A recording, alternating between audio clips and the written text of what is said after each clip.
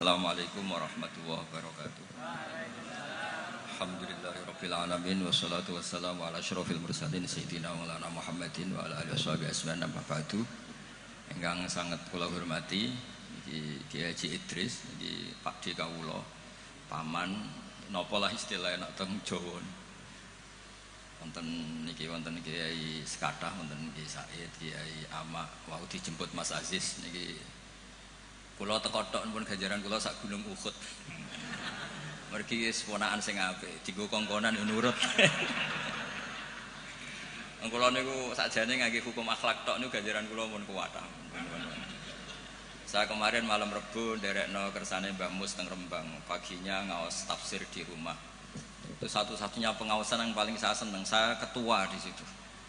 Ketua yang menentukan, liyane niku pun kalah terus. Habis niku bados ngasar hormat Mbah Maksum, malam Kamis diaturi dalam sarang Maulid Rasul sallallahu alaihi wasallam. Sebelum lebih jauh tentang ngaji risalah Ahlussunnah wal Jamaah, kula cerita sanad. Terus Mbah Hamid alite namine iku Abdul Mukti. Riyen serumah dengan mbah saya. Mbah saya namine Fatimah.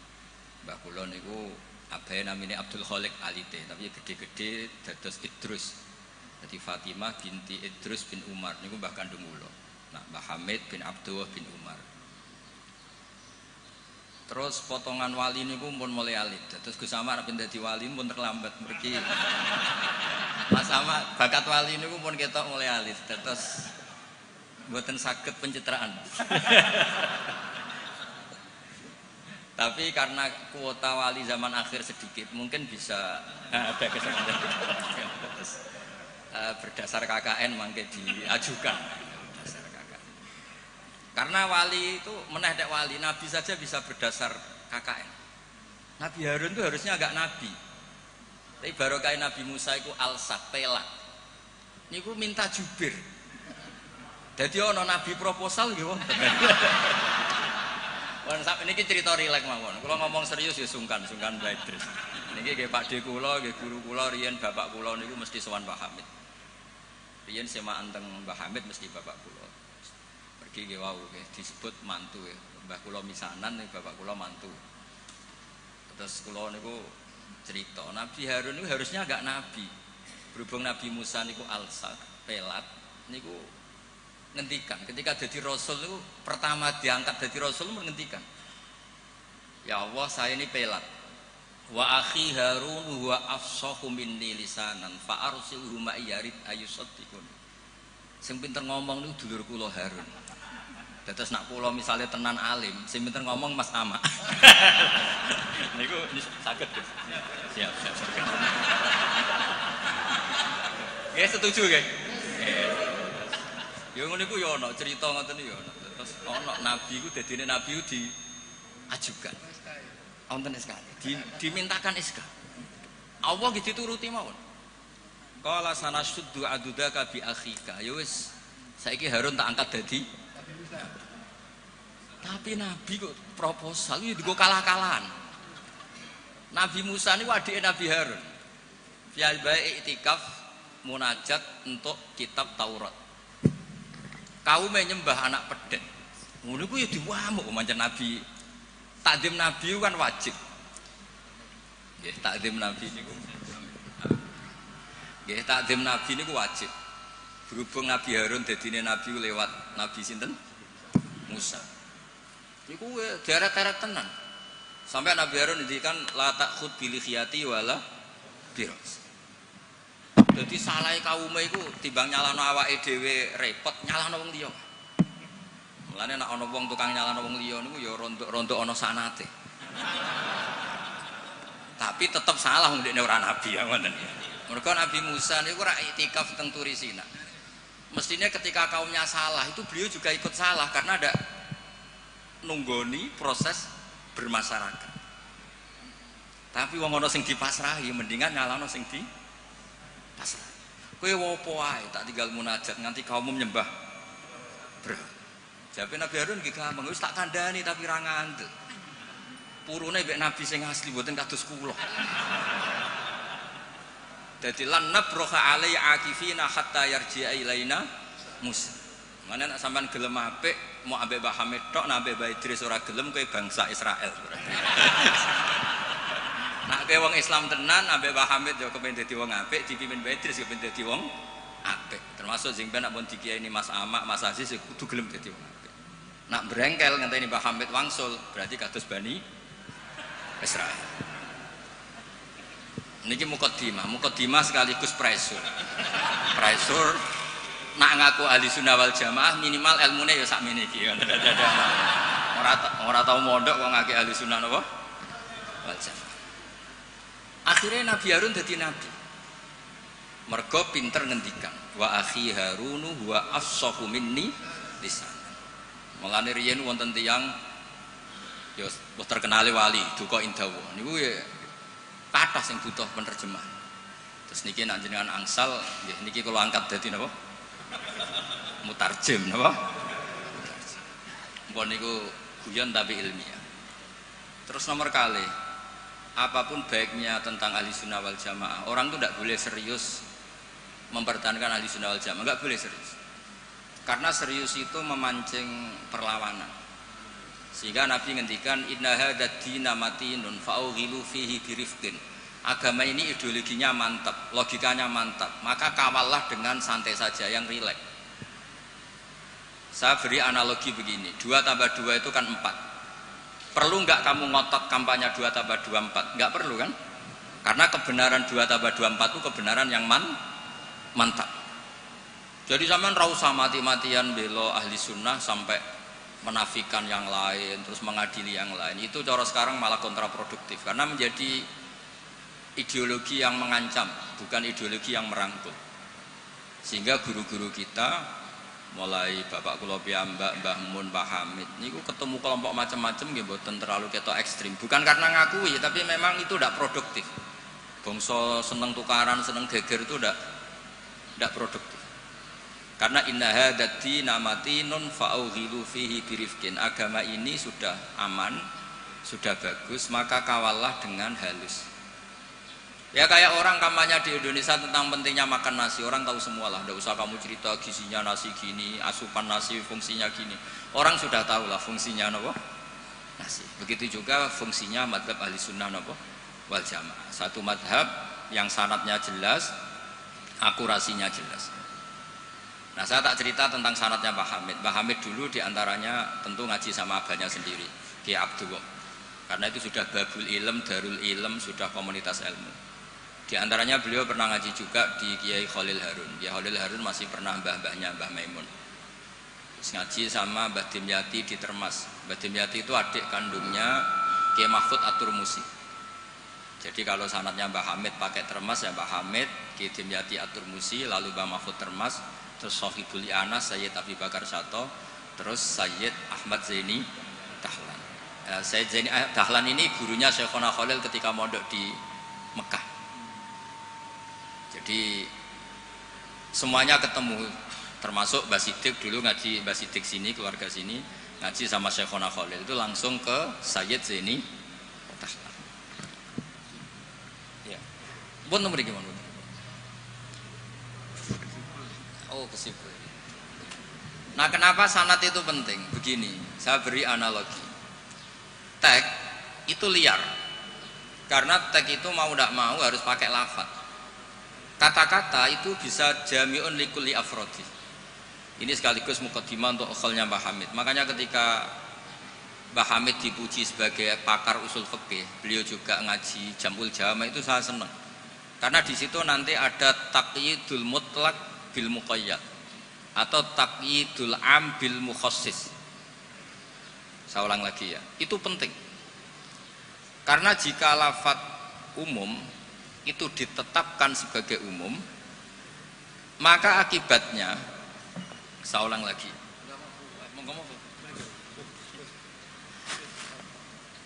Ya, saya teruskan ya.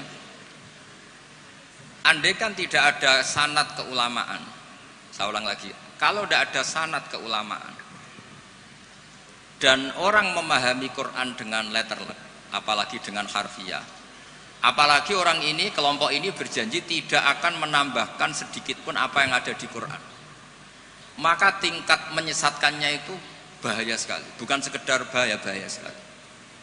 Saya beri contoh, misalnya contoh yang gampang-gampang saja, yang jusnya belum terlalu jauh.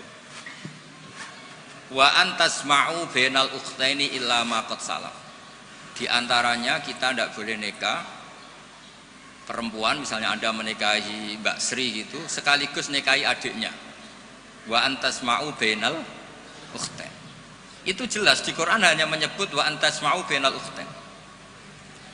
Zaman Nabi Sugeng, Nabi itu ya nambahinnya hanya sedikit. Wala bainal mar'ati wa ammatiha wala bainal mar'ati wa kholatiha. Juga enggak boleh kamu nikahi Sri sekaligus nikahi buliknya atau budenya, baik dari bapak maupun bulik dari ibu. Berarti yang disebut Quran hanya bainal ukhtain, yang disebut hadis hanya bainal mar'ati wa ammatiha wa kholatiha, hanya dua orang, dua kelompok. Sementara tidak menyebut wala bainal mar'ati wa jaddatiha.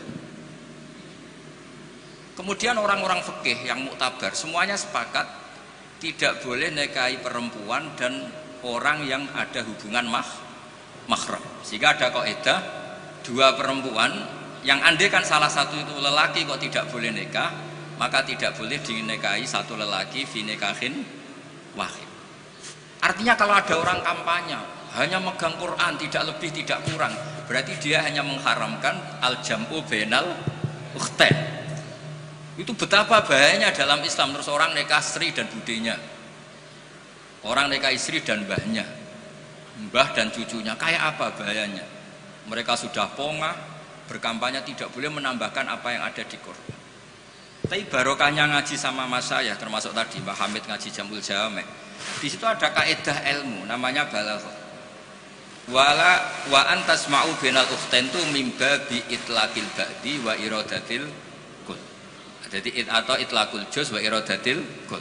Yang disebut hanya sebagian, tapi yang dimaksud semua perempuan yang ada hubungan mahram itu tidak boleh dinikahi fi waqtin wahid.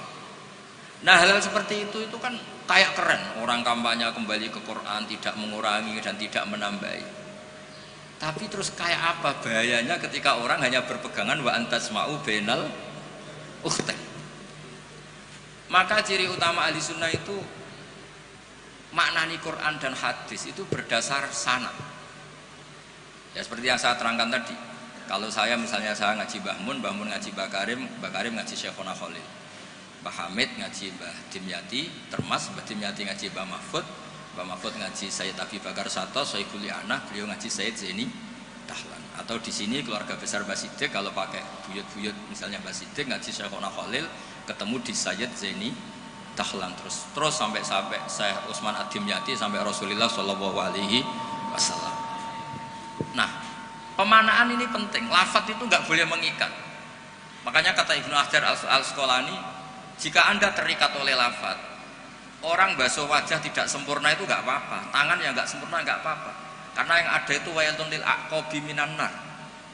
Basuh polok yang tidak sempurna di ayatnya Nabi itu neraka, tapi Nabi tidak ngendikan wailun lil yad minan nar, wailun lil wajhi minan nar. Nah, ini kalau di usul fikih disebut mimba biwaqi'ati ainin, karena yang wudu itu salahnya dibasuh tungkat tumit ya. Ya, ada orang wudu yang lupa tumitnya enggak kebasuh. Karena kejadiannya seperti itu Nabi ngendikan wailun lil aqab minan nar. Apa tidak well juga ketika orang tidak membasuh tangannya secara sempurna? Apa tidak well juga ketika orang tidak basuh wajahnya secara sempurna? Kan sama-sama well. Tapi ini tidak disebut Rasulullah Shallallahu Alaihi. Nah, misalnya Anda fanatik, pokoknya saya persis hadis yang wailun hanya lil aqab. Kalau tangan nggak apa-apa, wajah nggak apa-apa. Lu itu gendeng apa goblok? Wes goblok kampanyane, saya berpegangan hadis orisinil kata Pak Idris, tadi asli katanya. Nah, jadi bahayanya baca hadis tanpa ilmu usul fikih kira-kira seperti itu. Ada misalnya tak beri sekian contoh, nak sama Rafahmi kebangetan. Tadi sudah dua ya. Normalnya dua itu sudah pinter. Ini terakhir contohnya ketiga. Layak dil qadi wa huwa ghutban. Orang itu tidak boleh bikin keputusan penting, apalagi seorang qadi. Nah, kepengen nyebut ke Yusuf apalagi wali kota. Ini kemarin sebelum jadi wali kota perjanjian, Gus jenengan wali beneran, saya ingin wali kota saja. Ini keluarga kiai tapi cita-citanya sederhana. Jadi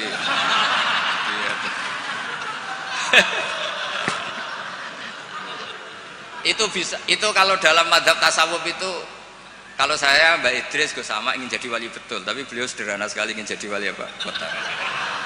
Itu kalau niatnya tawadhu karena nggak ingin nyanyi Mbah Hamid, insya Allah barokah. Tapi kalau niatnya nggak ingin tirakat, nah itu yang masalah karena ada dua wali besar. Yang satu jadi wali itu karena kelirunya, sistem. Keliru itu artinya menyalahi a'aliyal umur, bukan keliru maksiat. Saya bilang keliru itu bukan harus maksiat. Orang baik itu bisa keliru, tapi tidak mesti maksiat. Wali yang satu itu kalau sakit bilang ya Allah, ya Allah. Tapi yang satu itu enggak, bilang aduh boe, waduh boe. Suatu saat wali yang bilang ya Allah itu jenguk wali yang kalau sambat waduh boe, waduh boe. Ditanya, kamu ini wali kalau sambat kok aduh boe, aduh boe. Jadi yang wali aduh boe. Karena saya itu ingin kayak orang awam, enggak sok wali-walian ya Allah ya. Loh itu ya bisa jadi wali. Jadi nanti lihat aja di daftar, kalau di list wali kok masukkan Gusipul, berarti ya karena tawadhu tadi. Jadi ada juga wali itu kalau sholat itu nggak mau soft awal, banyak. Kok koyok uang parak pangeran ya wani ning soft. Ada juga wali ditanya, apa kamu kalau di surga ingin melihat Allah? Enggak. Kaget kan, umumnya orang ke surga kan ingin melihat. Tapi jawabnya apa? Unazzihu dzalikal jamal an-nazari misli. Allah terlalu agung biar tidak terkontaminasi didelok meripat kaya aku ngene. Itu ya jadi wali. Ini terpaksa cari referensi demi wali kota. Jadi makanya saya itu tadi, saya itu narasumber itu penting enggak penting sudah bener. Mergo tawadhu di Rembang sini itu jauh. Gara-gara diteror ini yang manggil Mbah Hamid. Aduh. Ini Pak D Idris, ini Pak D saya, Pak Lek kalau manggil saya itu mesti yang manggil Mbah Hamid gitu. Ya, kalau nelpon mesti gitu. Ini yang manggil Mbah Hamid. Nggih, Mbah. Ternyata di sini berlaku teror ya. Ini apa? Yang manggil Mbah Hamid karena memang beliau itu sepupu mbah saya Mbah Hamid. Jadi bermadzhab itu penting karena kata itu liar. Layak dil qadi wa ghadban. Seorang yang sedang marah itu tidak boleh punya keputusan penting, baik itu qadi, wali kota atau orang tua atau siapapun. Kata qadi dihilangkan. Tidak boleh kamu mentang-mentang hadisnya qadi, hanya qadi yang nggak boleh bikin keputusan kalau marah. Kalau kiai boleh, kalau orang tua boleh, kalau wali kota boleh. Tidak bisa. Bahwa ghadban itu kalau sedang marah, kalau sedang lapar boleh, sedang ngempet nguyah boleh, sedang ngempet ngising. Nah, padahal setelah dimaknai pakar-pakar usul fikih, ghadab itu apa? Halatin sing yasu'u khalqu sahibi. Satu keadaan yang orang itu tidak normal. Nah, keadaan tidak normal itu bisa hakin, orang yang ngempet nguyah, ngempet ngising atau banget laparnya. Itu juga nggak boleh bikin keputusan penting.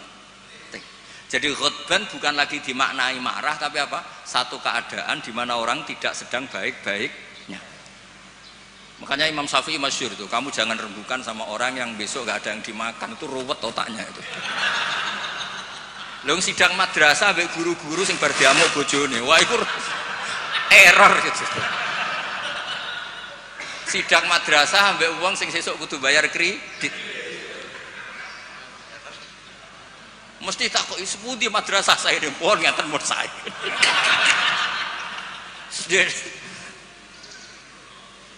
Akhirnya kata ghadban tidak sebagai ghadban. Qadhi juga tidak sebagai qadhi. Fatta sa'abisa babil fahmu. Ijtihad itu menjadikan logika menjadi luas. Nah, orang yang tidak ahli sunnah wal jamaah sidik-sidik hanya kembali ke Quran dan hadis. Betapa bahayanya itu, karena lafadz Quran dan hadis itu bagaimanapun itu lafadz yang pemaknanya bergantung para pakar-pakar usul fikih. Lah usul fikih ini yang ngerti. Ini kalau di balaghah bab ini kalau di ilmu lughat begini. Nah kira-kira seperti itu madzhab Ahlussunnah wal Jamaah. Makanya saya di sini pernah baca kitab ini berkali-kali, juga ada kajian khusus sama keluarga Gus Hakim, Gus Kikin yang sekarang pengasuh di Tebu Ireng. Saya juga pernah istifadah sama Mbah Mun dan berkali-kali juga pakai kitab Risalah Ahlussunnah wal Jamaah. Kenapa kita harus bermadzhab? Saya beri contoh betapa bahayanya tidak bermadzhab. Misalnya begini, saya beri contoh yang gampang-gampang saja. Sholat itu kan madhep kiblat. Oke, madhep kiblat. Tapi kita tahu madhep kiblat itu apa? Ya mu'dhamu sholat. Karena nanti kalau kena cangkem melek, lah nak sujud madhep di. Untung sama ndak tau mikir kan. Jadi baru makanya kadang kiai seneng wong goblok, mungkin nak diterangno ora mikir. Sakjane sholat madhep kiblat ya pas ngadeg tok, lah pas rukuk mek sujud. Tapi baru kayak goblok do ora takok. Jadi goblok ku ya penting, mari ngenakno kiai lah. Jadi wong ora kakean. Wong ora kakean tok. Mulane sampean nak takok, kiai ku kok kadang seneng santrine goblok timbang sing pinter, kowe ora rasane dadi kiai. Ruwet. Karena kena wong pinter iku ya rada repot. Nah, setiap bahasa itu mesti merujuk ke mu'dhamul amri, tema utamanya. Sehingga Nabi kalau ngendikan ya al-hajju arafah. Apa haji itu tidak ada tawaf, apa haji itu tidak ada sa'i. Tapi kok Nabi ngendikan al-hajju arafah, ay mu'dhamul haji arafah. Nah, bahasa-bahasa seperti itu andaikan orang nggak ngerti usul fikih terus maknanya al-hajju arafah, sementing wis ning arafah. Nah, iya. Itu kan yo ribet. Jadi intinya itu apapun teks yang Anda baca di Quran dan hadis itu pemaknaannya harus ikut ulama. Nah kalau sampean tanya dalilnya apa Gus? Dalil yang paling saya mengenang dan tidak akan lupa ila yaumil qiyamah itu dawuh Mbah Mun, ihdinas siratal mustaqim siratal ladzina walam yaqulillah sirataka. Harusnya kan tunjukkan kami jalan yang benar, jalanmu ya Allah. Enggak, tapi Allah ngendikan siratal ladzina an'amta alaihim. Mergo kowe ora iso niru Allah dhewe, kowe ora iso niru Allah, Allah ora mangan, Allah ora turu. Nah, buat terus Allah ora pengen dadi wali kota. Ya kan? Kamu tidak bisa. Inna wa ta'ala la ya'kul wa la yashrab wa la yanam. Allah tidak tidur, tidak makan. Kalau kamu makan niru siapa? Niru makane wong soleh-soleh, niate taqwi alal ibadah. Kamu tidur niru siapa? Niru orang-orang soleh. Enggak bisa niru Allah, Allah tidak tidur. Nah, berarti kalau kamu ingin benar harus butuh sanad, karena ketika Allah ngendikan siratal mustaqim itu siratal ladzina an'amta alaihim. Itu dalil paling kuat betapa pentingnya sanad. Makanya sampai ada pepatah yang sangat mengancam tadi, manta alama bila sehin fasehuhu setan. Itu ancaman yang benar sekali, karena betapa bahayanya orang misalnya hanya berdasar terjemah atau teks kemudian dia nyimpulkan hukum. Padahal lafadz ini adalah terjun bebas. Karena tadi lafadz itu jamek. Dia akan kemana saja yang masuk afrodnya kalau dalam ilmu usul fikih. Tapi nanti setelah ada momentum muqtadul hal, itu baru proporsinya hanya sampai mana. Misalnya sampai lihat Syekh Nawawi Al-Bantani, faktul musyrikina, bunuhlah orang-orang musyrik. Itu ayatnya akan ekstrim. Misalnya haitsu wajadtumuhum, kapan saja kamu menemukan mereka.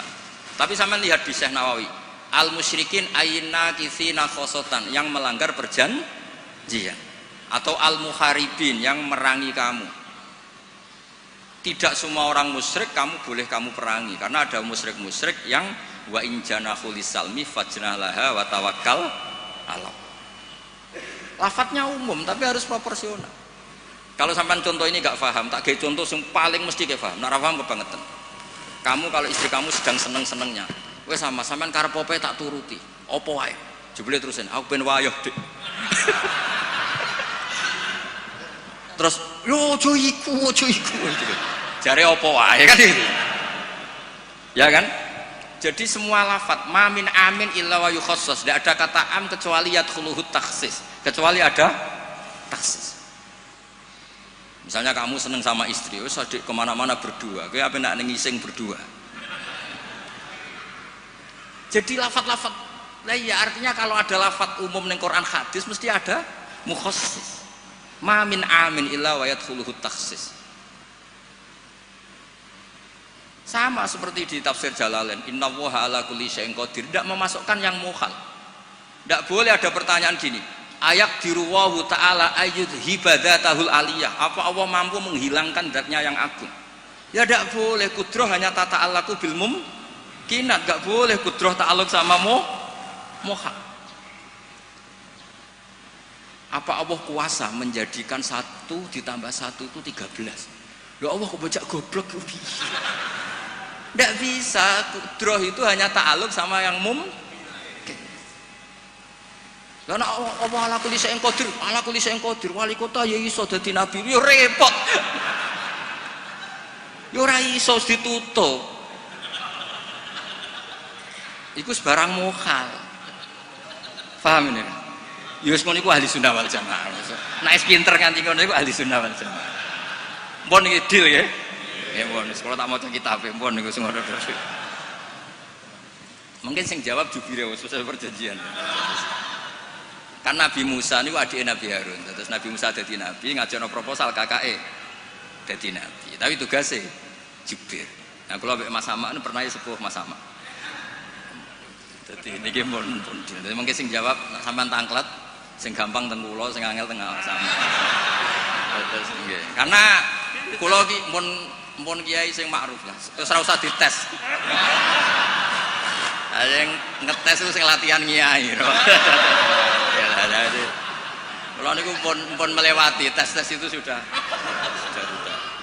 Sekamane pun lulus. Nggih setuju nggih mungkin tangklet sama. Terus mpun sakniki menculat mawon pun mukadimah wonten mukadimah sanate Mbah Hasyim nggih Mbah Hasyim nak teng Jawi riyen nggih masyhur nate ngaos Mbah Saleh Darat. Mbah Saleh Darat niku nggih menangi Sayyid Zaini Dahlan. Tapi Mbah Hasyim menangi Mbah Saleh Darat itu Mbah Hasyim kecil sehingga beliau kados kemarin anak-anak sing menangi Mbah Mun nggih menangi Mbah Mun di sarang tapi enggak sempat ngaji karena mungkin masih ibtidak, Mbah Mun pun sepuh. Sebab itu Mbah Hasyim tidak pernah pakai sanad Ali langsung Mbah Saleh Darat. Tapi kalau Mbah Mahfud biasa pakai sanad lewat Mbah Saleh. Karena ketika beliau di Mbah Saleh Darat, niku pun ngaji khatam tafsir napa? Jalal. Makanya nggak boleh kalau dalam tradisi ilmu nggak boleh pakai sanad Ali tapi nggak punya kenangan. Jadi banyak kan anak-anak kemarin saya pun kelas 4 SD menangi Mbah Hamid. Tapi saya kan nggak bisa istifadah karena saya terlalu kecil. Saya tahu Mbah Hamid banyak dari bapak saya karena bapak saya sudah sepuh, sering ketemu Mbah Hamid. Jadi sanad Ali itu punya sisi kelemahan, biasanya mujarradur ru'yah, hanya melihat. Makanya sahabat itu Amr bin Tufail itu akhiruman mata minas sahabat. Itu enggak dipakai riwayatnya karena kenangan mbek Nabi piye kok aku dijak bapak jamaah. Jadi mirsani Nabi tapi tidak punya kenangan sami aminan Nabi. Makanya sanad itu bagus nazil. Nazil itu jumlah ke Rasulullah besar banyak, tapi lewat orang-orang yang talaki mulazamah, ketemu orang-orang yang mulazamah. Jadi mendingan sampai Rasulullah lama, tapi lewat orang-orang yang mulazamah. Sehingga sanadnya Mbah Mun misalnya paling suka ya lewat Mbah Karim. Mbah Karim itu lama sekali di Mbah Hasyim, di Mbah Syekhona Khalil. Kila itu 20 tahun, Mbah Kila 30, khilafnya itu 20 ke atas. Enggak ada yang 20 versus 2 tahun. Kalau sampean ziarah tok malah Mbah Khalil. Iku pendak banyak karep gitu. Lah itu iya kalau ziarah yang ingin ngaji itu bawa kitabnya dulu, setelah paham terus kitab itu dibawa. Itu baru ziarah betul itu. Jadi sanad itu kadang-kadang sering bagus yang nazil. Nazil itu lama tapi kredibel. Lah Imam Syafi'i termasuk fanatik sanad nazil. Beliau itu sering ngendikan an Ibnu Umar an Rasulillah, an Abdullah bin Abbas an Ubay bin Ka'ab an Rasulillah. Kenapa muter-muter begitu? Padahal Abdullah bin Abbas juga sahabat, tapi beliau sahabat pas itu kecil, sehingga kenangan dididik Nabi langsung itu tidak banyak. Sehingga kalau ada ilmu banyak, beliau sebetulnya lewat Ubay bin Ka'ab atau lewat Umar bin Khattab. Masyhur itu di sanad sab'ah, misalnya Abdullah bin Sa'ib dari Abdullah bin Abbas, misalnya masih dari Ubay bin Ka'ab. Sama seperti santri sarang sendiri yang menangi Mbah Mun, banyak yang ngaji mahali lewat saya. Akhirnya ke Mbah Mun lewat saya, padahal dia menangi Mbah Mun. Tapi kan dia tidak ngaji mahali karena pas itu masih kecil. Paham ya? Terus sana tuh aja mentang-mentang ketemu Mbah Hamid, terus koyo-koyo ilmumu setingkat wong sing lu ketemu Mbah Hamid itu Mbah Hamid lewat ngendikan terus aku muridnya Mbah Hamid. Insya Allah nak nggo syafaat cukup, tapi ra nggo ngiyai niku. Jadi kudu jelas nak nggo syafaat cekap lah. Tapi nak nggo ngiyai mboten. Terus ini supaya sampean kertas sana. Nggih kula wasiat ini sing tentang aturan bermadzhab sebagaimana yang ditanyakan tadi. Halaman 28 nggih. Niki sing ada kitab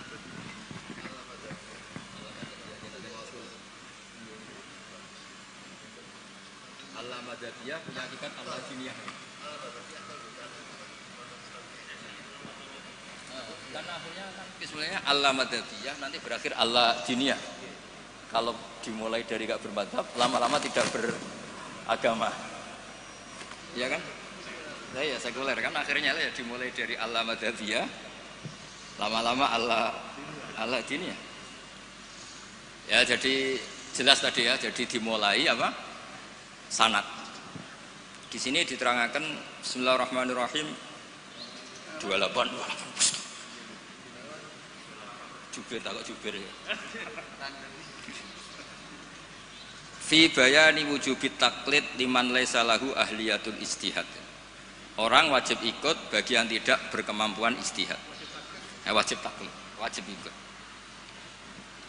Yajibu inda jumhuril ulama al muhaqqiqin ala kulli man laisa lahu ahliyatul istihad al mutlaq wa in kana qad hasala ba'dul ulumi al mu'tabarati fil istihad apa taklidu qaulil mustahidin wal akhdhu bi fatwahum liyakhruja an uhdatit taklif bi taklidi ayyihim syaa liqauli ta'ala fasalu ahla dzikri in kuntum la ta'lamun. Jadi orang-orang yang tidak punya kemampuan istihad itu dalam setiap fatwa harus tanya mujtahid.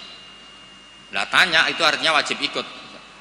Kalau diwajibkan tanya kan berarti butuh jawaban. Apa artinya ada jawaban kalau dia tidak mau ikut?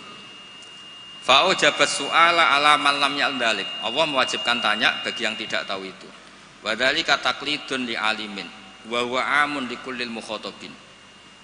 Terus wajibu ayakuna aman fi su'al an kulli ma la yu'lamu lil isma' ala anal ama lam tazal fi zamani sahabah wa tabi'in.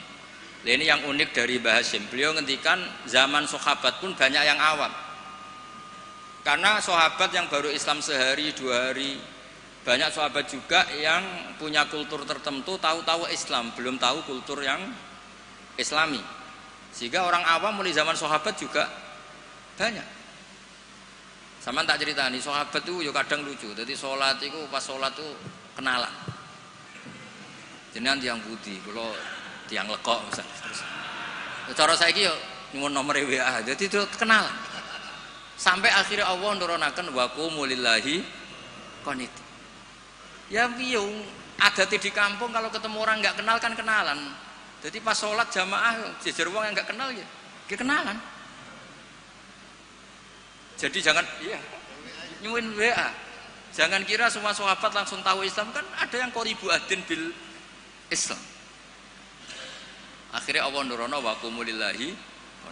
Makanya kenangannya sahabat, fa wa ma wajadtu mualliman ahsana min Rasulillah sallallahu alaihi wasallam. Fa wa man taharani wala kadza wa kadza. Inna ma qala li inna hadhihi salatun la yasuhu fiha kalamun adamiyun. Nabi ku cek pinter ya nak ngandani wong. Setelah orang itu kenalan, setelah sholat digandeng mbek Nabi. Jong iki sholat iku munajat. Yo nak munajat omongane mbek pangerane ora usah mbek wong. Jadi sholat itu momentum jagongane mbek pangeran. Wis tak jagongan mbek Allah wae ora usah mbek wong. Jadi orang nyentak batal sholatem. Oh, baleni nek mboten Nabi santai mawon. Inna hadhi sholat munajat, iki sholat itu munajat. Munajat mbek pangeran. Makanya kalau sholat omong-omongane mbek pangeran ae ora usah mbek manusia.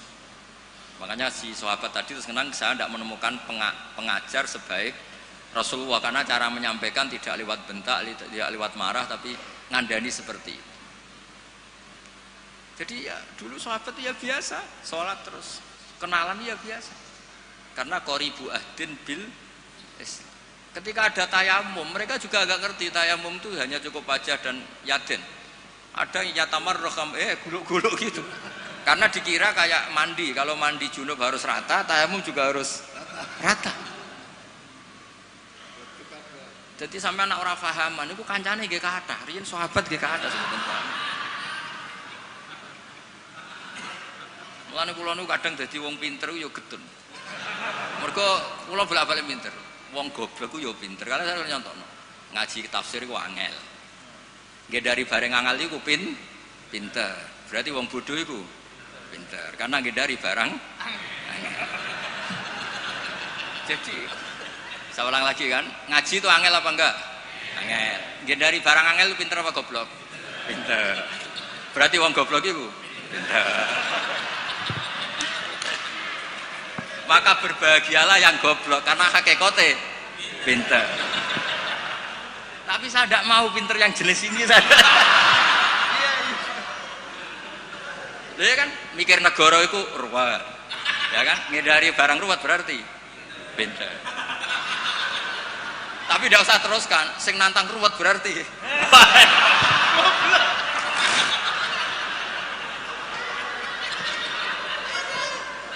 Jadi mungkin di situ ada pepatah semua ada hikmahnya itu di situ. Lho dadi wong alim ora susah sebuti. Sinau wis wangel, nak keliru kepleset dibuli wong akeh. Ora. Wis ngono nak wis alim alamah, pengikute ini njuk syafaat. Lho kula nate dicitani bapak-bapak kula, Mbah Hamid Abai Idris ini nate nangis, nate muwun. Karena banyak orang salam templek, banyak orang ngasih, banyak orang hormat. Kata beliau, Nur, aku soleh-solehku dewe gue golek ridane Allah, kok diwales donya. Mesti diwales donya itu kemudian banyak orang memberi uang. Tapi karena Pak Hamid wali betul, akhirnya uang itu dikasih-kasihkan orang. Jadi wali lomo itu sakjane ya rada moh dosa ya. Karena enggak ingin kompensasi kesolehannya menjadi dunia. Makanya syaratnya wali itu kudu lomo. Karena kalau untuk diri sendiri berarti kan hadun nafs. Makanya kenapa ini sirinya, ini baru ini saya buka siri saya karena ada Pak Idris. Saya tuh kalau mulang bahagia sekali. Karena itu satu-satunya cara saya tobat. Saya istighfar tuh nggak ngefek. Tobatnya wong alim iku nak dosane kitmanul ilmi, tobatnya ya mulang. Berarti aku nak pas mulang lebur dosa. Makanya saya kalau mulang tuh bahagia. Jadi sampean tak anggap perangkat penghilang dosa. Lu ra iso wong alim gak mulang terus sampean istighfar gak bisa. Illal ladzina tabu wa aslahu wa bayanu. Tobatnya orang alim harus wa bayanu. Memberi ndak bisa istighfar. Makanya saya kalau ngajar tuh bahagia sekali. Karena itu satu-satunya cara ngilangi dosa. Kok pejabat lunga kan tuh SPJ Pak ya. Satu-satunya untuk uang legal ya ana cara lunga SPJ.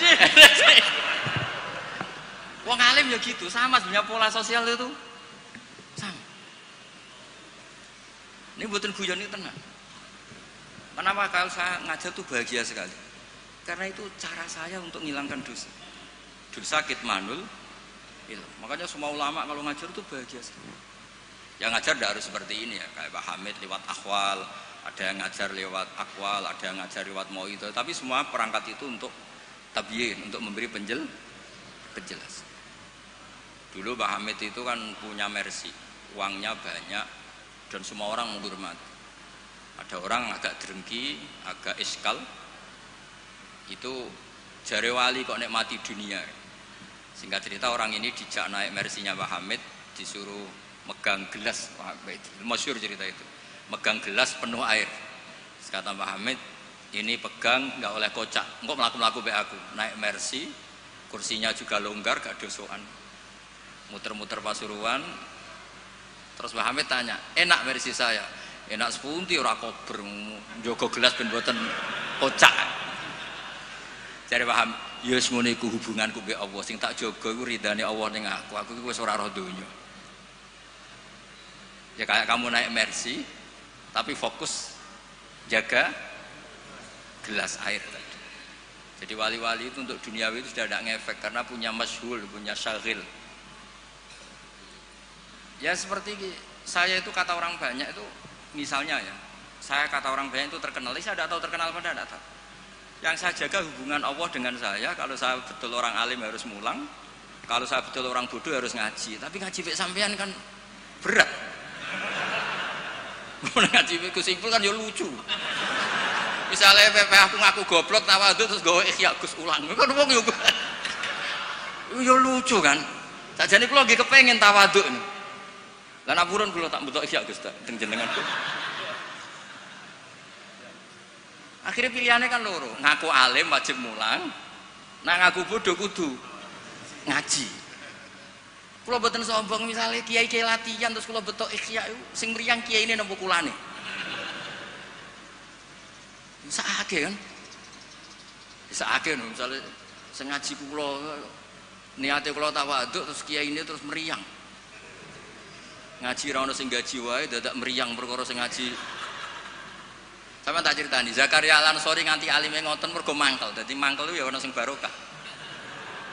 Dekne di guru jenenge Ibnu Hajar Al-Asqalani sing aran Fathul Bari iku gelare Ibnu Hajar Al-Asqalani. Iku kerenge ra karuan nak ngaji. Dekne bar wis alim dhe murid jenenge Ibnu Hajar Al-Haytami. Alim. Ngaji dekne wis alim. Dadi nak ngamuk iku grutu.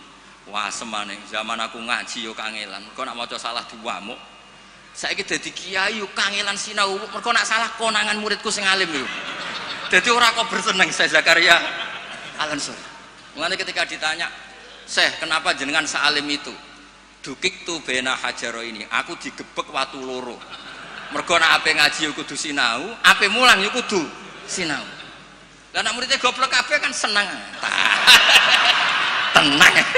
Bodohan-bodoni santai. Ngawur sithik.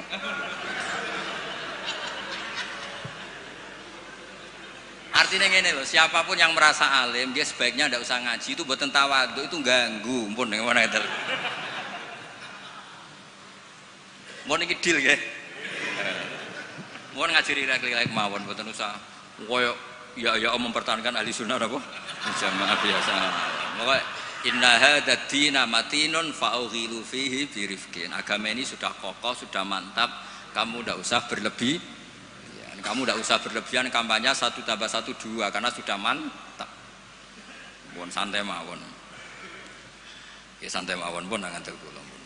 Terus wa yattabi'unahum fil ahkam terus fa innahum yubadiruna ila ijabati su'alihim min ghairi isyaratin ila dzikrid dalil.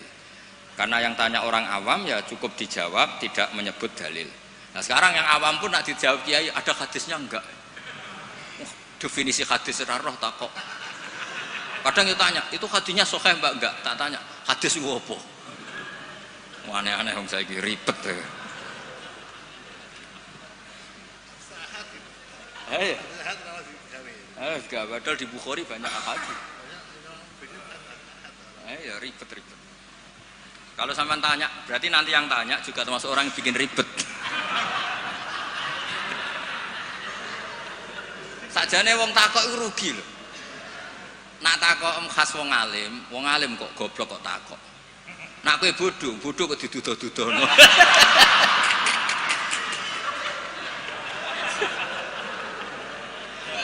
Lho pernah lho. Gus Zofur pernah seminar di Kalimantan tas Sulawesi itu banser Gus Zofur. Banser semangat. Itu setiap seminar NU kan mesti tentang Mbah Hasyim. Itu ada yang tanya, Mbah Hasyim itu siapa? Orang acara NU orang tanya Mbah Hasyim itu siapa? Terus iya, kok kaget kan? Nanti jangan-jangan sama tanya, mazhab itu apa loh? Banyak orang yang malam itu paham itu wali itu apa? Di Padang wali kota repot. Jadi orang tanya itu kadang ribet. Lho Kanjeng Nabi kena wong awam ya cara Jawa kaku ati. Takok Allah itu kadang yo piye? Ya Muhammad, oke kamu punya Tuhan sendiri. Tapi Tuhanmu itu apa? Min dhahabin au nukhasin au khoshabin au hajarin. Karena mereka orang awam. Taunya yang dipertuhan itu ya benda. Sehingga mereka tanya, oke Muhammad kamu punya Tuhan lalu min dhahabin apa fiddatin apa khoshabin apa hajarin. Sampai akhirnya turun kul huwallahu. Maka penanya itu harus hati-hati ya. Kemungkinannya dua tadi. Kalau kamu orang pinter, wong pinter kok takok. Nah aku yang bodoh kok diduduh-duduh. Ini untuk ben kok sing takok ora ono. Lah nak ngetes wong drengki berarti ya. Kalau niatnya ngetes berarti napa? Drengki.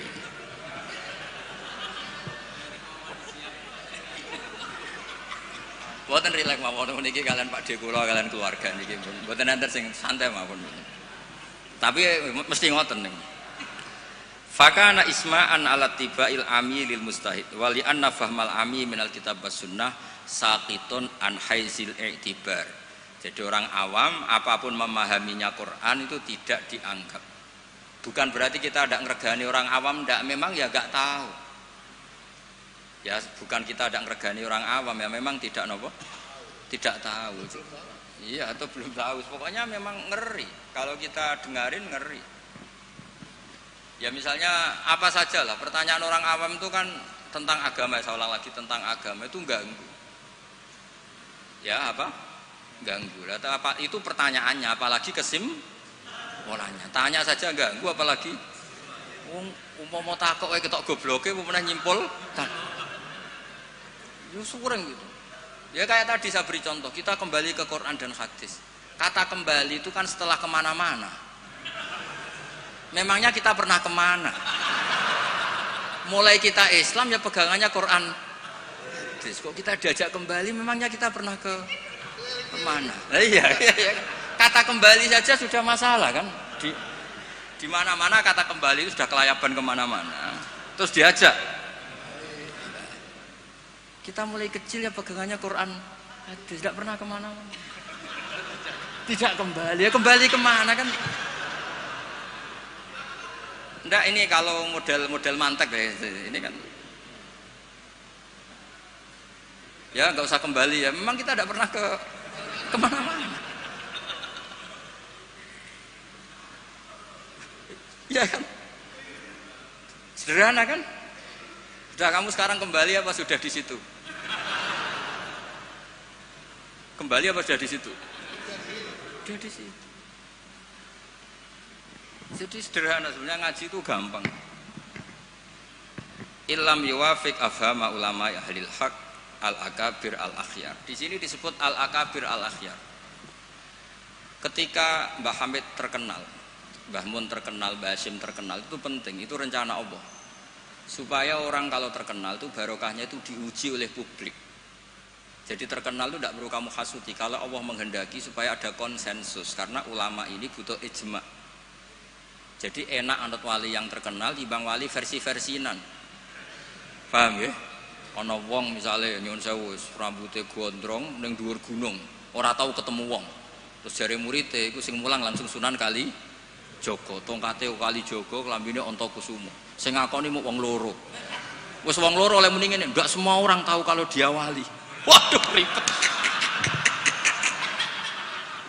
Itu gak boleh jadi pegangan. Di antara syaratnya pegangan itu asyurah wal akabir, harus punya status besar karena ini lewat diuji. Berapa orang yang diceritakan meragukan kewalian Mbah Hamid, tapi gara-gara ngalami kasfud domair, apa yang ada di hatinya dibuka Mbah Hamid, akhirnya ikrar. Enaknya wali terkenal kan ada proses pengujian kan. Lah wali dhuwur gunung muridé mok loro jek bangga orang gerwong. Sing mesti kalimatnya orang gerwong orang gerwong kebodhon koyo kowe.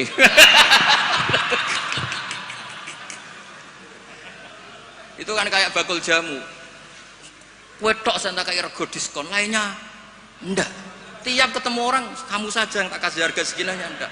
Sebetulnya kalimat pasti kowe tok sing kebodhon.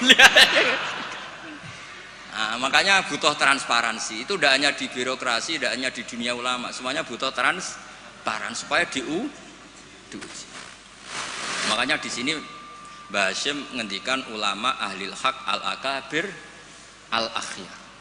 Maka syarat jadi nabi pun harus ada gunjingan dulu. Enggak boleh nabi enggak terkenal, harus terkenal.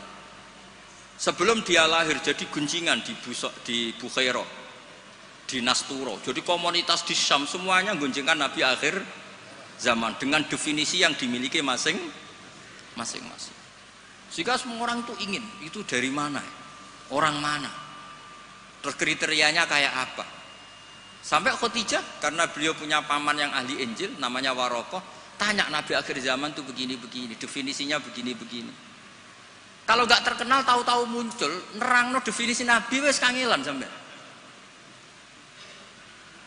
Jadi terkenal itu kalau fillah walillah itu baik, asal tidak karena hadun nafsi. Saya beri contoh ya, contoh kecil. Ini sekaligus Maulidur Rasul Shallallahu Alaihi Wasallam.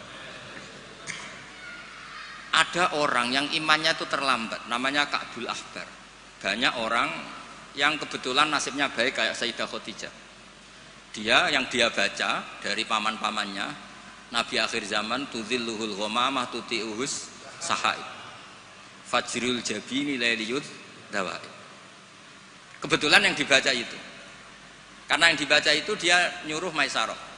Maisarah itu nama lelaki. Coba kamu ikut dagang Muhammad, semua yang kamu lihat ceritakan ke saya. Setelah ikut di Syam itu ya sekarang termasuk Lebanon, Syria ya, Jordan. Pokoknya semua kawasan situ dulu namanya apa? Syam.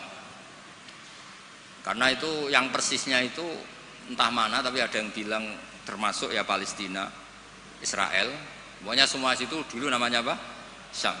Nah, dulu ada tertentu dibilang Ariha, dibilang apa, tapi itu semuanya dulu namanya Syam.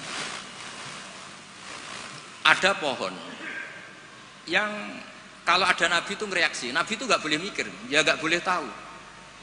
Jadi Nabi itu misalnya matahari dari barat, beliau ya tetap saja duduk di arah barat, nggak mikir kalau ke arah barat itu ketemper matahari itu nggak mikir. Memang syaratnya Nabi itu nggak boleh mikir.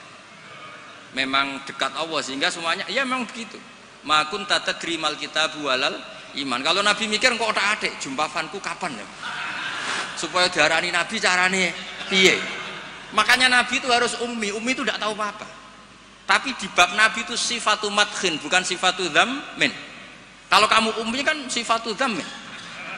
Kalau kamu goblok betulan itu. Kalau Nabi harus layak yaqra wala yaktub. Karena dengan gitu orisinal. Loh Nabi kok iso mikir, akan orang kan curiga, cari momentum yang pas dia ngaku Nabi. Nabi itu harus ummi. Layak yaqra wa la yaktub. Makanya orang kadang salah paham. Wong Nabi enggak tahu kok dikatakan. Untuk Nabi itu beda, enggak tahu itu sifatu madkhin. Jelas disebut di Quran ma kunta tadri mal kitabu walal iman. Wa ma kunta tarju ayyulqa ilaikal kitab. Nabi enggak pernah berharap jadi nabi, itu enggak pernah. Enggak boleh Nabi kok berharap jadi nabi terus ambisi, enggak boleh. Makanya nggak boleh kamu daftar wali kok ambisi, nggak boleh. Cuma ini kuotanya banyak yang kosong ya sudahlah dipaksa-paksa. Ya jalur itu fakir sabar ya bisa, bodoh sabar ya bisa. Yang paling susah itu jalur alim wirai zuhud, itu berat. Jalur fakir aja kan sudah dapat fakirnya, tinggal dapat sabarnya. Akhirnya karena itu sudah jadi gunjingan. Ini barokahnya terkenal, sudah jadi gunjingan. Maisarah ditanya, ketika Nabi duduk misalnya matahari dari barat, Nabi duduknya itu di barat pohon. Nah, pohonnya yang menyesuaikan diri. Jadi pohonnya itu ales itu merubah dirinya ben iso ngiyupi. Nah, justru itu terus Rohib Bukhairah itu, wah ndak akan alam memperlakukan seperti itu kecuali dengan Nabi. Nabi juga agak minta ada ghamamah yang tudilluh, ndak ya jalan aja. Dan tudilul ghamamah itu batasnya hanya sekian meter. Kalau semuanya mendung dikira semuanya dapat mendung. Ya hanya pas arah Nabi supaya kelihatan itu demi Nabi. Makanya terus Maisarah ketika datang ditanya, oh iya bener, itu berarti Muhammad itu Nabi. Pas itu Nabi umur 20 tahun. Ya bareng ngoten mboten enten alamat malih. Mulai Khadijah mulai ragu. Duh, bojoku sudah jadi nabi ta ora. Nah, setelah umur 40 tahun, ini bukti kalau nabi itu tidak tahu. Beliau mulai tertarik tahandus di Gua Hira. Datang malaikat Jibril itu dikira malakul mauti. Kagetnya bukan main Nabi. Tidak boleh Nabi kok kedatangan Jibril tak enteni. Aku dadi wong biasa. Aku wis bosen. Kapan dilantik?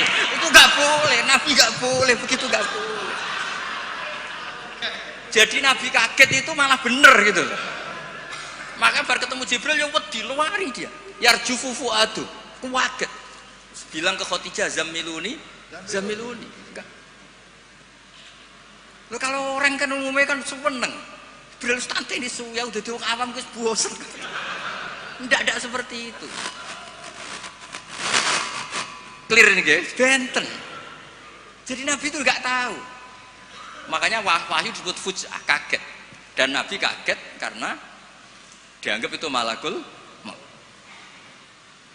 Wes bareng minta zamiluni itu sama Khadijah dikemuli terus cerita. Saat tadi ditemuin gini-gini saya kaget takut. Sayyidah Khadijah yang seneng karena dia pernah ragu 15 tahun.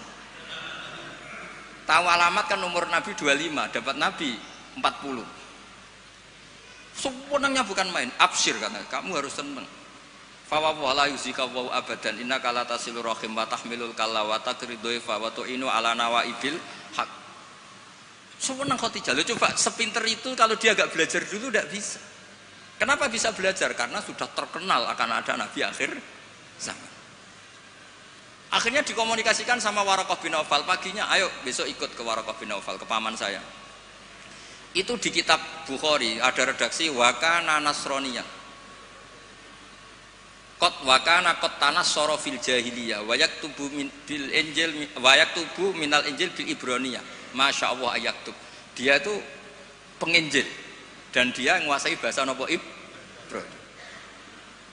Makanya komentar beliau tidak Jibril tapi hadan namus alladzi ja'a bi Musa. Dia enggak bilang Jibril, masih pakai bahasa Ibrani. Hadan namus alladzi ja'a bi Musa.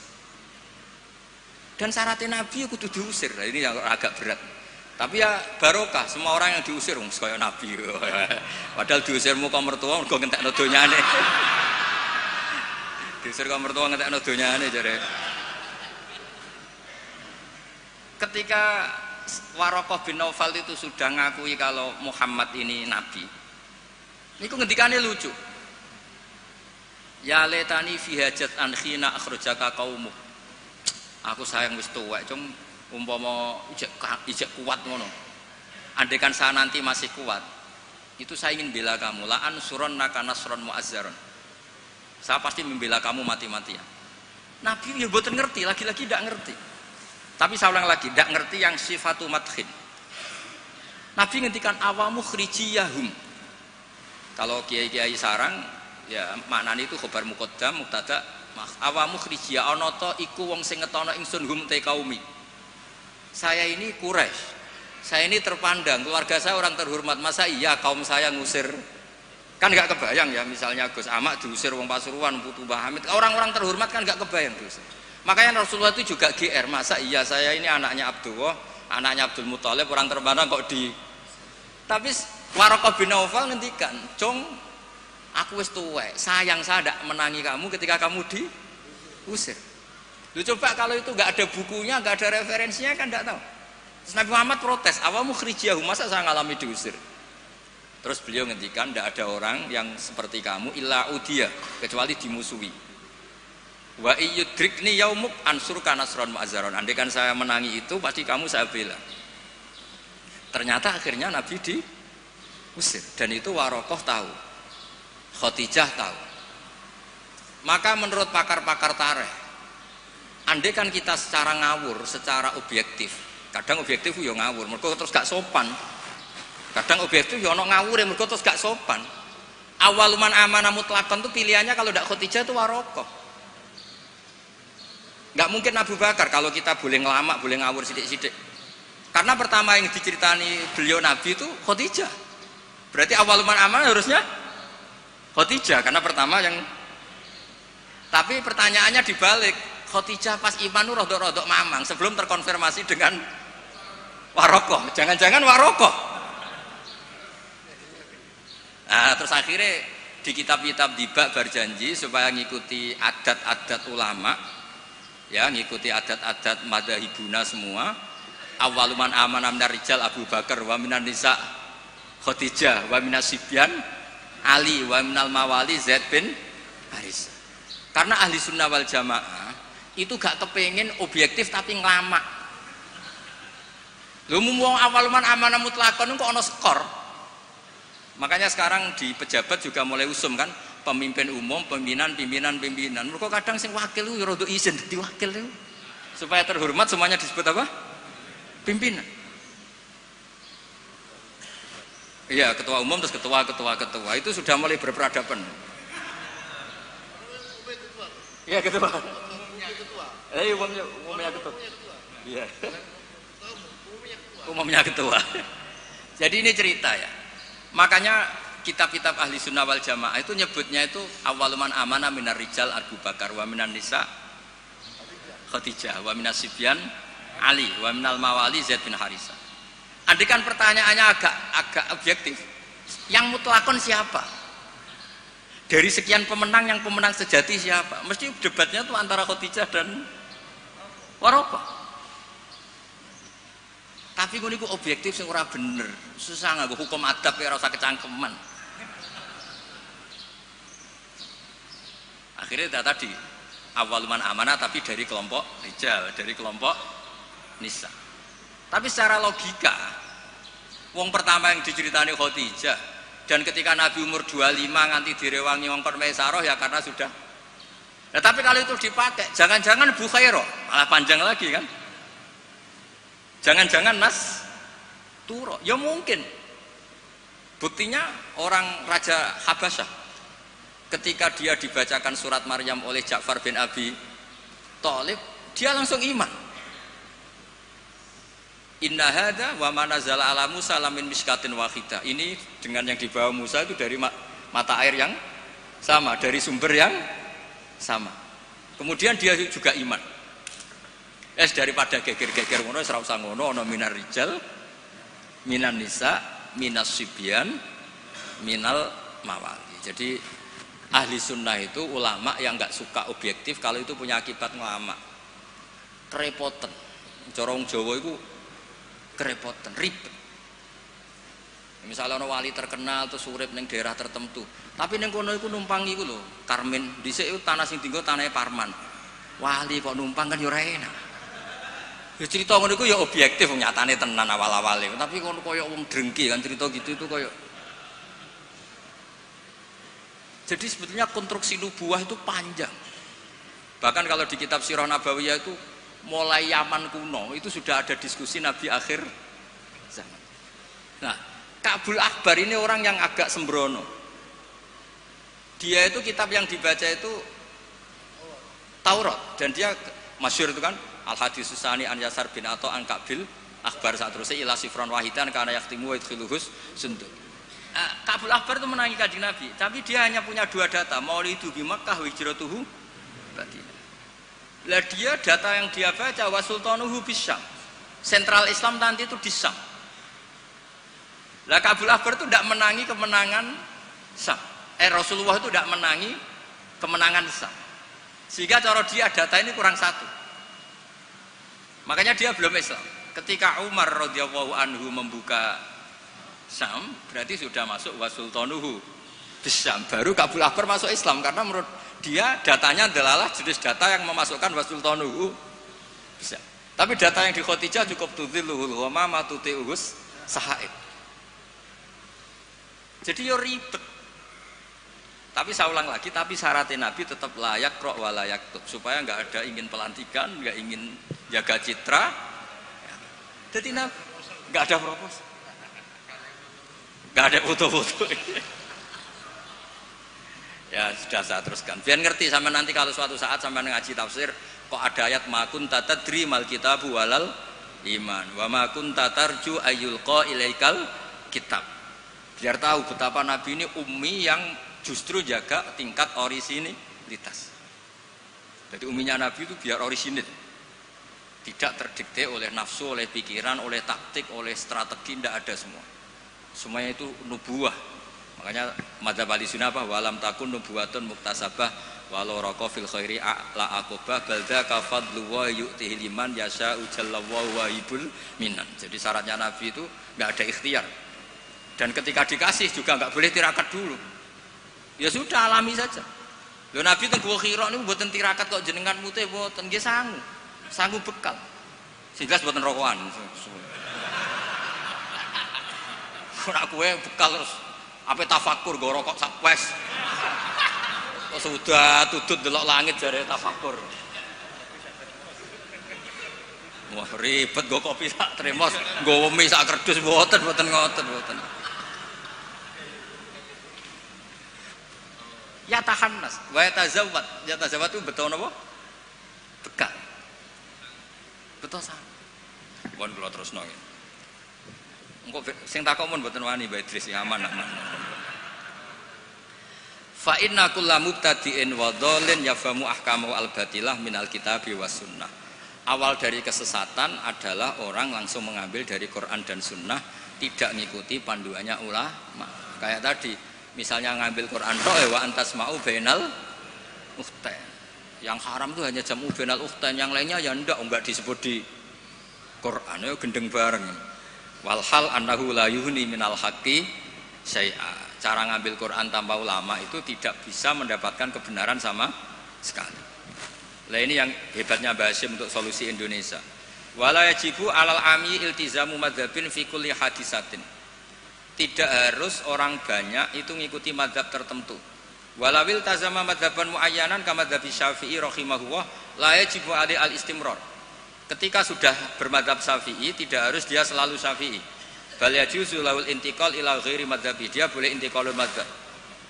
Ini yang dipakai Mbah Mun, yang dipakai guru-guru kita. Dulu Kiai Hamid semuanya ya kalau ada kejadian biasanya juga intikal apa? Madzhab. Yang masyhur ya Imam Syafi'i mengatakan intiqadu wujuhil lamis wal malmus. Yang megang maupun yang dipegang batal. Oke, dalam kondisi normal seperti itu, tapi nanti setelah tawaf dong ikuti madzhab napa? Maliki, bahwa menyentuh perempuan asal tidak syahwat itu ndak batal. Ada yang bilang wes pokoknya enggak batal, catatan tidak sahabat kayaknya ada keberatan itu. Tapi itu artinya intikal. Masjid juga gitu. Saya sering ditanya orang, Mbak Idris itu masjid di kampung-kampung itu kan mau ditingkat. Bekas tanah itu wong dikai ora gelem mergo tanah wakaf. Nah agak dibuak nglumbruk. Bekas bangunannya nek dirubono nglumbruk. Dibuak ra oleh tanah wakaf, nak dibaro di situ nglumbruk. Nah, itu kalau kita ada intikal madzhab Hanafi bahwa wakaf itu atiyatun mahdhah, enggak bisa. Akhirnya kalau saya ditanya, ya nek iku problem kayak no cahaya yatim tak kayak no imam masjid sing rodok diutang seneng didol dari kebaikan ke kebaikan yang lain, karena keberadaan barang-barang bekas ini sudah doror, sudah ganggu, sudah tidak lagi maslahat. Ya, tapi seperti itu tetap intikal madzhab, karena kalau madzhab Syafi'i itu kan wakaf la yuba wala yuhab wala yuros. Pusing kan? Pusing mboten? Pusing. Makanya ya saran saya kalau ada masjid ismeh ruboh ya kayunya yang layak dan di situ sudah mau dibangun masjid mewah kasihkan madrasah atau musola. Kalau nggak bisa kasihkan fakir miskin. Tapi yang penting dari kebaikan menuju kebaikan yang berbeda. Lah ikutnya apa? Ya Hanafi, karena yang lainnya la yuba wala yuros wala yuha. Nah seperti itu tuh kita harus. Begitu juga misalnya ada wong awam sholat, jebule pupune kena rokok kretek. Bar sholat lagi roh nak pupune kebuka sak golongane rokok. Itu harus intikal madzhab meskipun badal amal. Jadi misalnya nanti juga diterangkan di kitab ini. Ana wong awam, saya ulang lagi ya, ana wong awam bar nyaponi kandang ayam, setelah sholat ke susu ternyata di sini ada teleknya apa? Ayam. Nah, kalau dia disuruh iada kan keberatan. Ora potongan wali kon baleni sholat itu kan keberatan. Wong kiai dhewe nek kon iada keberatan apa meneh. Nah itu harus dibilangin. Sudah tidak usah iada tapi jangan ulang lagi. Ngikuti madzhab Imam Royani kalau Rasul Makul Tohir. Tapi dibaleni neh, tapi nek saged ampun baleni malih. Itu sudah biasa. Jadi boleh intikal madzhab walau ba'dal amal, meskipun setelah dilakukan. Kan dia intikal itu setelah amal. Nanti juga dibahas di sini, nanti tak teruskan. Ya jelas ya, wala yajibu alal ami iltizamu madzhabin fi kulli hadisatin. Nah, terus wal ami alladzi lam yakun lahu nazarun wastidlalun wa lam yaqra kitaban fi furil madzhab idza qala ana syafi'un lam yu'tabar hadza kadzalik bi mujarradil qaul. Wa qila idzal tazamal ami madzhaban muayyanan yalzamul istimrar alaihi li annahu itaqada annal madzhab alladzi intasaba ilaihi wal haq fa alail wafa bi mujabi itiqadi. Tapi niku mboten populer. Lah niki Walil muqallidi taqlidu ghairi imamihi fi hadisatin. Seorang muqallid boleh ngikuti mazhab selain imamnya dalam satu peristiwa tertentu. Falahu ayuqallida imaman fi sholati dzuhri masalan wa yuqallidu imaman akhar fi sholatil asri. Lah terus beliau ngendikan wa taqlidu ba'dal amali jaizun. Taklid setelah melakukan amal itu boleh. Falau sholla syafi'iyun dhanna sihhata sholatihi ala madhabi. Summa tabayyana butlanuha fi madhabihi. Wa sihhatuha ala madhabi ghairihi falahu taqliduhu wa yaktafi bitilkas sholat. Enteng ya. Jadi misalnya saya Syafi'i goblok misalnya. Saya orang Syafi'i yang goblok. Berkeyakinan kalau sholat ana tletonge sapi itu batal. Glalah bar sholat terbukti basarung saya ada teletong sapi. Berarti kan saya meyakini sholat saya tidak sah. Terus ketemu Mbak Idris, serapopo cara madzhab beliau. Lah ini saya enggak perlu iadah. Meskipun badal amal. Cocok ya? Lho, mboten iki dawuh bahas mboten dawuh itu. Lho mboten sampean arep percaya sinaune neh maknane nggih. Wong kula mun narik kula sinaune kok kitab niki. Gampang kan? Jadi taklid badal amal itu boleh. Jadi misalnya ada lego tanah wakaf yang maslahat. Kadang-kadang kan ada posisi masjid yang zaman Sunan siapa itu strategi, tahu-tahu kegerus zaman di situ tuh sangat nggak strategi sehingga ini mati masjid ini. Terus keputusan masyarakat situ masjid dipindah. Mau tidak mau harus mendikol mazhab Hanafi. Cuma jangan juga yang beli ini orang fasik atau menjadi tempat maksiat. Jangan misalnya dari masjid menjadi madrasah atau menjadi musola atau jadi rumahnya orang soleh. Pokoknya jangan ke adna. Kata Imam Subki boleh merubah wakaf syukur-syukur ila a'la. Sementing jangan ke maksiat. Karena mau dipertahankan sudah tidak mungkin. Misalnya tadi perkampungannya pindah, orang sudah tidak ke situ. Terus barokah perubahan zaman, Islam trennya tidak di situ lagi, itu kan ruwet. Nah, tanah udah ditol, misalnya terpaksa seperti itu, mau tidak mau. Kalau enggak dianggap melawan negara kan ya ribet. Itu kalau nggak ada mazhab Hanafi yang nganggep wakaf itu atiyatun mahdhah, lihat di Mizan Kubro. Ya sudah terserah nazir yang sekarang masalahnya kayak apa.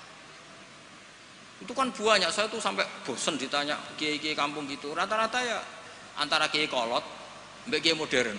Biasanya lazim sing modern ora iso ngaji, benerane perubahan. Sing iso ngaji ora pati luwes. Ribet ngadepi wong kotok mbek wong modern. Tapi enaknya masyarakat tuh kalau ada orang terkenal alim rodok diwedeni, rodok lumayan lah itu. Ya barokah itu kan nak takok sing jawab aku rodok wedi. Jadi terkenal tidak untuk hadun nafsi tapi untuk mempersempit konflik. Jadi karena hukum ya, saya ulang lagi. Hukum itu kadang itu tidak objektif. Saya beri contoh ya, sama nggak usah tersinggung. Mazhab Syafi'i yang mengharuskan Jumatan orang 40. Ya, itu juga dikritik oleh Fathul Mu'in. Tidak usah saya, Fathul Mu'in pun kritik. Kritiknya gini, kalau ada orang berpikiran harus iqamatul Jum'ah walau biduni arba'in harus diikuti. Bahwa qawiyun pendapat itu juga kuat, sebagaimana katanya Imam Bulkini. Orang yang latihan jadi kiai, yang latihan dakwah, syarat 40 itu aneh. Loh, kamu kan hidup di Pasuruan, sudah kota santri. Coba kalau kamu hidup di daerah Samin. Wong sing gelem Jumatan wong 10 kok mbok syaratno 40. Jadi agama itu juga diuji di lapangan, jangan nuruti khayal ideal. Imam kudu macane fase wong sing dadi imam wong iku. Sing gelem ya wong iku. Isane ya mok ngene iku. Mbok yo wong ku mikir aja bayangno donya iku ideal. Zaman neng Mekah Nabi diuji wong kafir, neng Madinah diuji wong munafik. Padahal ditunggoni Sayyidul Khalqi. Iku pelajaran nak donya iki wis ngene iku ruwet. Dipimpin wong paling sempurna ya ono wae masalah. Pemene mbok pimpin kon, kowe wis masalah. Wis ora usah masyarakate kon dhewe wis masalah. Wis go masalah. Lho saya pernah ditanya. Terus orang yang tidak peneliti itu biasanya membayangkan enggak 40 itu orang di pedalaman Pasuruan, di Bromo, di Tengger, di daerah-daerah gitu. Itu juga keliru. Sebetulnya yang potensi gak 40 malah Islam kota. Islam kota ngeten Mbak Idris, kalau kasus di Jogja, di Jakarta, saya sering ditanya orang-orang kaya itu, Gus, saya mau bikin Jumatan, tapi orangnya kayaknya 40, orangnya paling 10 Gus, kalau nggak 20, tapi nanti 3 minggu lagi paling sudah 200. Itu pertanyaan Islam kota. Nah, karena saya lama di Jogja, juga banyak interaksi dengan orang-orang Jogja. Kasusnya itu gini Mas Eful, kan ada perumahan elit, pengembang kan bikin perumahan elit. Itu kan yang ada langsung ada masjidnya, ada paket, ada masjidnya. Lah yang datang situ pemilik rumah tok. Ternyata orang ini hanya orang 20, yang Jumatan 10, berarti hanya 10. Tapi nanti setelah 3 bulan, supirnya ikut, stafnya ikut. Sora Gosipul tukang buka pintu ikut. Aduh, wali kota mulya, buka pintu ora gelem. Iku kudu ikut. Wah, akhirnya dia bilang, nanti gue setelah 3 minggu minimal 200 yang Jumatan. Loh, saya tanya, kok bisa? Ini supir saya belum ikut, ajudan saya ikut, tukang parkir belum ikut, tukang satpam belum ikut, tukang pintu gerbang belum. Ya aku ya, biro-biro Islam kota gelem Jumatan, sudah lah Jumatan saja meskipun 40. Sama lihat di kitab Tazkirun Nas, karangan seorang Habib itu, kitab Tazkirun Nas. Cari di I'anah, cari di semua kitab mazhab Syafi'i, mesti ngendikan syarat arba'in itu syarat ideal. Karena ngandikan Imam Syafi'i, kalau orang 40 itu pasti salah satunya wali. Imam Syafi'i tidak menangis, saiki kumpul sewulah kaya ngene kira mesti ana waline.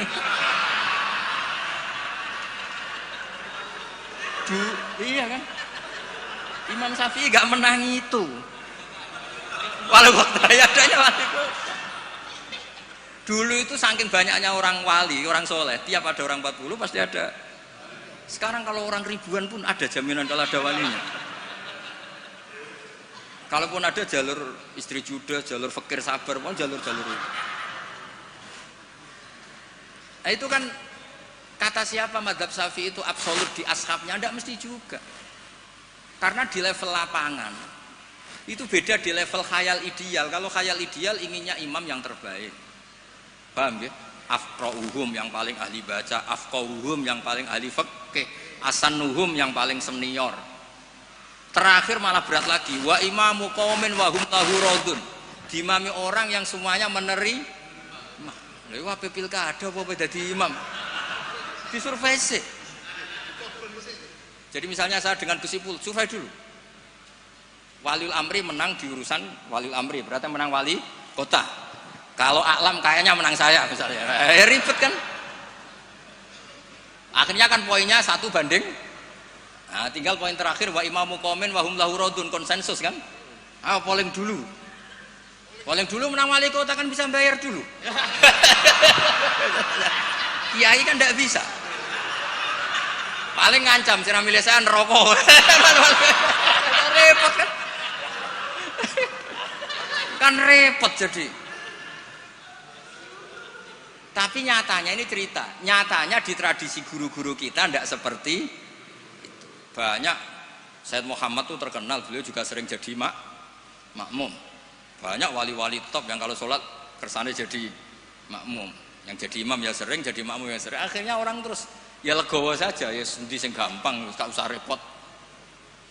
Karena syarat yang didhawuhna Nabi itu aqra'uhum afqahuhum itu syarat ideal. Tapi syarat saya shollu khalfa man qala la ilaha illallah. Nah, ini pentingnya ngaji ini ya kembali ke ahli sunnah wal jamaah. Lah nek semacammu ngono, kowe ngaku ahli sunnah lah. Nah ora iso kecangkeman temen-temen ngaji ku ya angel. Paham ya? Terus taklid ba'dal amal tubuh boleh. Misalnya Ka'bah. Ka'bah juga gitu. Masyhur itu kemarin Mbah Mun sering duka. Tanya Mbah Idris, banyak lagi ya yang ngerti dukane Mbah Mun ketika kiblat mau diluruskan. Mbah Mun kan duka. Dukane karena nanti kalau kiblat diluruskan sesuai jam dalil atau sesuai yaumar rosdil apa? Kiblat. Itu akan menjadi orang menyalahkan orang-orang dulu karena banyak masjid wali ketika dicek, dihitung lagi nggak pas. Akhirnya kalau kamu membenarkan itu menyalahkan wali. Tapi kalau anti teori itu kamu anti ilmiah, kan ya jadi repot. Terus saya termasuk orang yang dimintai pendapat, termasuk Gus Zofur sampai itu sama Suriah Jawa Tengah. Mbah Mun ngendikan, terus saya nyari takbir di Tafsir Munir. Sampean cari di Fawallu napa wujuhakum satral Masjidil Haram. Itu di situ kata Ibnu Abbas, Al-Ka'bah kiblatun li ahlil masjid wal masjid kiblatun li ahlil haram wal haram kiblatun li ahlil masyriq wal maghrib. Karena kalau Ka'bah kudu persis, mereka juga gak mikir. Yang ngomong-ngomong persis itu tak pikir, ya ora mikir. Begini gak mikirnya. Ndak, ini nyata. Ka'bah itu misalnya luasnya segini. Kan Ka'bah itu kan 16 kali 18 Gus Ibul. Terkenalnya Ka'bah itu 16 kali 18. Anggap saja 18 meter lah luasnya itu. Berarti semua masjid harus pas 18 meter. Iya kan?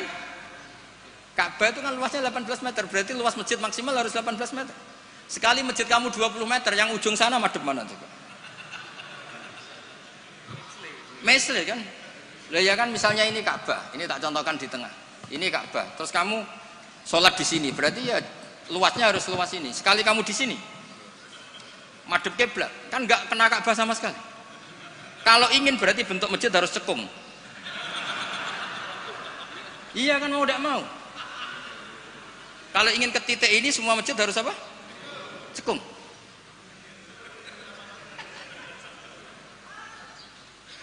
Lah itu pas itu Mbah Mun saking dukane ngendikan gini. Senengane bener Ka'bah. Rumangsamu sing wajib madhep Ka'bah iku mok wong salat tok. Wong mati wajib madhep Ka'bah iku keduki kabeh. Sampai ngendi betul. Saking dukane Mbah Mun. Memangnya yang wajib madhep kiblat itu hanya salat. Orang yang mati pun harus madhep Ka'bah. Keduken kabeh. Iku jek versi kaul qadim kabeh. Ya ini cerita aja, gak usah dilebokno hati, tapi ini ilmu ya. Jadi sampean biar rileks. Jadi beragama itu yang rileks karena inna hadzina matinun. Agama ini sudah sudah kuat. Mboten kuat sepundi ditunggoni Rasulullah sallallahu alaihi wasallam, jelas hebat. Ditunggoni sahabat yo mlaku, ditunggoni wali songo sing wonge pinter-pinter yo mlaku, yo ditunggoni mudin yo mlaku, ditunggoni kiai proposal yo mlaku, ditunggoni kiai sertifikasi yo mlaku. Itu yang hebat bukan kiainya, karena agama ini dijaga Allah Subhanahu wa taala. Mulane kalau kan dadi kiai khusuk nemen-nemen mboten purun, rugi.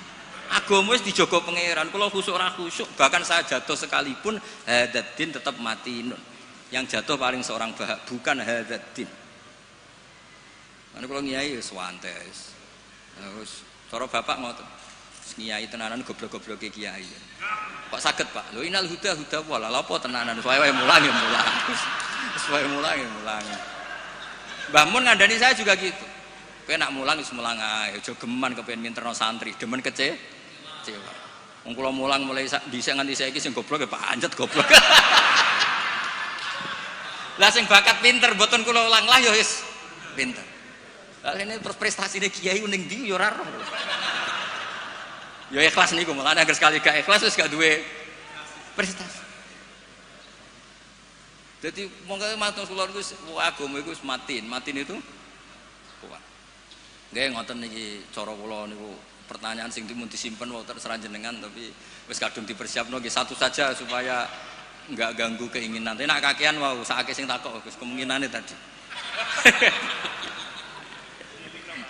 Nggih, Assalamualaikum warahmatullahi wabarakatuh.